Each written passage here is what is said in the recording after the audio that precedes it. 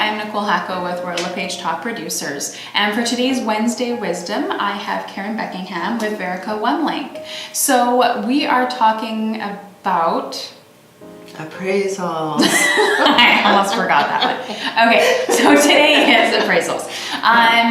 Okay, so why do appraisals get done, and who does the appraisal? Okay, so there's sometimes people get confused about a market valuation, which is your realtor can do those, and an appraisal.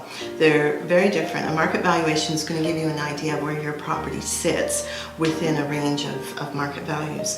And appraisals actually they're going to go in, they're going to take a look at your house, they're going to take a look at the structure of your house, being, has anything been modernized?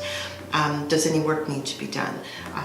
And then compare it to other houses that have sold that are similar, and then they plus and minus for the things that your house may have more of or may have less of. So it's done as a calculation. Appraisals are needed when there's some confusion over market value. Purchases, when you're going conventional on a purchase, sometimes, more often than not, an appraisal needs to be done.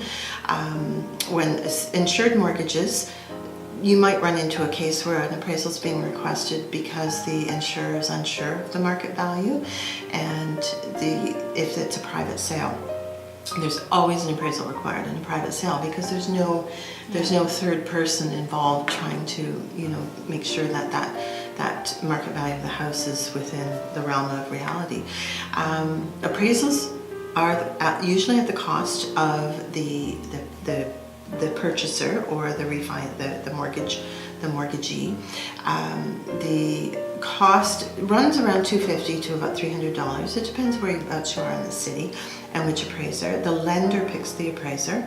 And the appraisal belongs to the lender. Even though you're paying for it, the appraisal is being done for the lender and is a confidential document between the lender and the appraiser. Yeah. Sometimes some of the mortgage professionals will allow you to see them, but generally speaking, the appraisal does belong to the lender and is a confidential document.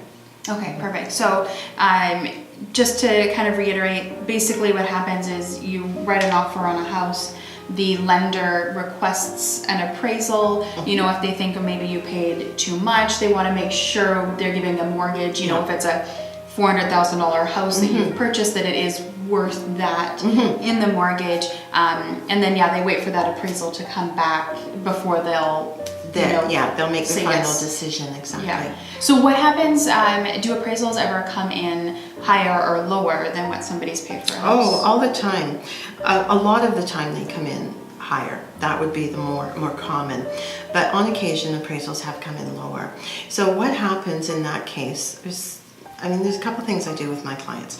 If the appraisal has not been sent to the lender yet, and we really feel that the appraiser has been unjust in their market valuation, then we'll ask for another appraiser to go in and look at it. And again, the cost is the responsibility of the client.